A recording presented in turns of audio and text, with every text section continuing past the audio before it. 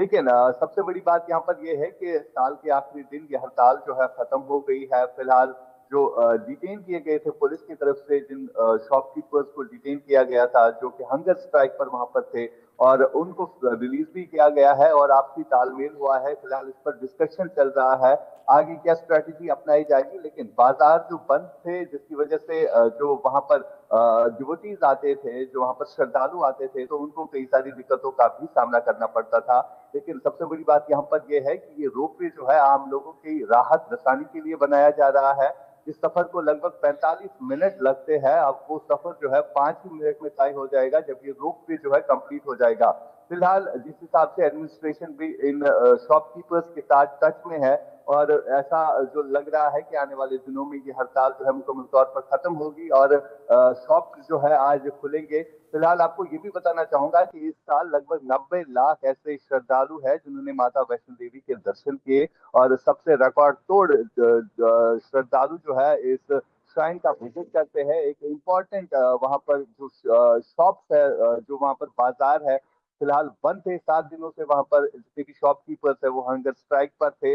लेकिन कल जो है एक अच्छी खबर आई कि जब पुलिस के साथ तालमेल करके और एडमिनिस्ट्रेशन के साथ तालमेल करके जो वहां पर शॉपकीपर्स हड़ताल पे थे, उन्होंने अपनी हड़ताल जो है वापस ली है। और फिलहाल अभी भी जो उनकी अगर बातचीत कहे तो वो एडमिनिस्ट्रेशन के साथ जारी है। रचना, कम्युनिकेशन चल रहा है, अभी के लिए हड़ताल खत्म हो गई है। रोपवे योजना का ये लोग विरोध कर रहे थे।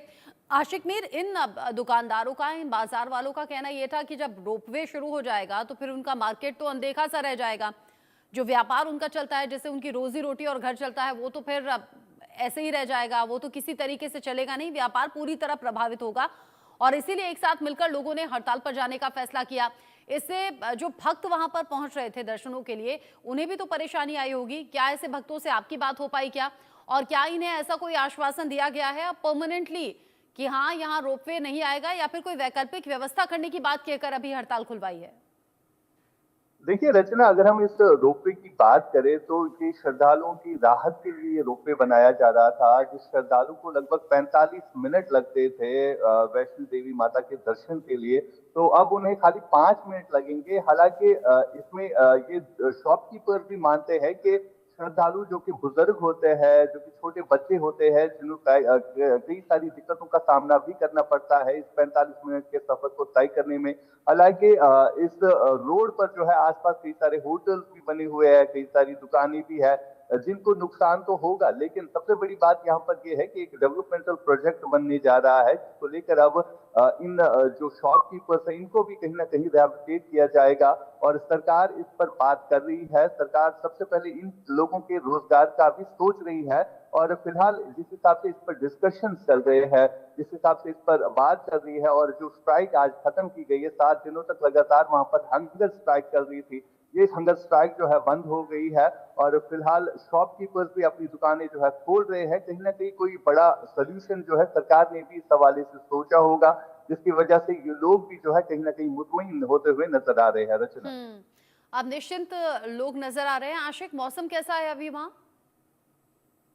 देखिए अगर हम जम्मू की बात करें तो जम्मू में भी शीतलहर है, और खासतौर पर जो श्रद्धालु यहाँ पर पहुंचते हैं गर्म कपड़े पहनकर ही होते हैं। उन्हें क्योंकि माइनस टेम्परेचर अगर कश्मीर घाटी में देखें तो लगभग पहाड़ों पर बर्फबारी हो रही है, और बर्फबारी का असर जो है मैदानी इलाकों पर भी देखने को मिल रहा है। हालांकि मौसम विभाग का भी कहना है कि कुछ दिनों के बाद कश्मीर घाटी के साथ साथ जम्मू के भी जितने भी पीर पंजाल हो या चिनाब वैली के एरियाज हो, वहां पर बर्फबारी होगी। यानी 3 दिसंबर से बर्फबारी होने के इम्कान भी जाहिर किए जा रहे हैं, जिस हिसाब से आईएमडी प्रेडिक्ट कर रहा है। और लगातार अगर कश्मीर घाटी की बात करें, यहाँ पर माइनस में तापमान चला गया है, और जिसका असर जो है अब जम्मू के भी इलाकों में साफ तौर पर दिख रहा है। रचना, नए साल पर भक्तों के लिए बड़ी राहत है। अच्छा, कंपैरेटिवली अगर ऐसे देखा जाए आशिक, तो नवरात्र के टाइम पर बहुत ज्यादा भीड़ यहाँ पर नजर आती है, साथ ही साथ नए साल पर भी लोगों की बहुत ज्यादा भीड़ नजर आती है। तो क्या हड़ताल का असर यहाँ पहुंचने वाले श्रद्धालुओं की संख्या पर इस बार पड़ा था क्या?